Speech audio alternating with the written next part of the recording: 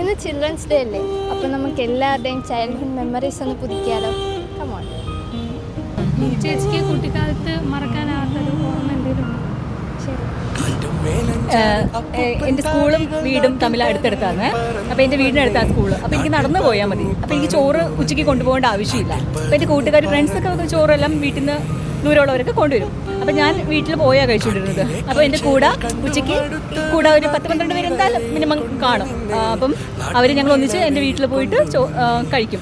അപ്പം അവർ കൊണ്ടുവരുമ്പോഴത്തേക്ക് അവരുടെ ചോറൊക്കെ തണുത്ത് അല്ലേ ഇരിക്കുന്നത്. വീട്ടിൽ ഞാൻ ചിലപ്പോൾ അമ്മ ഫ്രഷായിട്ട് ചൂട് ചോറും കറികളും ഒക്കെ ഇരിക്കും. അവർക്ക് അതിനോട് എനിക്ക് താല്പര്യം. പക്ഷേ എനിക്ക് അവരുടെ ആ തണുത്ത ചോറല്ല കറികളെടുക്കാനും അങ്ങനെ വീട്ടിൽ അവർക്കൊക്കെ കൊടുത്ത് എല്ലാവരും അതെനിക്ക് മറക്കാനും അങ്ങനെ ഒന്നിച്ചിരുന്ന് കഴിച്ചതും എന്നിട്ട് അത് കഴിഞ്ഞിട്ട് ഞങ്ങൾ വീട്ടിൽ നിന്ന് നടന്ന് സ്കൂളിൽ പോകുന്നതും അതൊക്കെ എനിക്ക് മറക്കാൻ പറ്റാത്തൊരു ഓർമ്മയാണ്.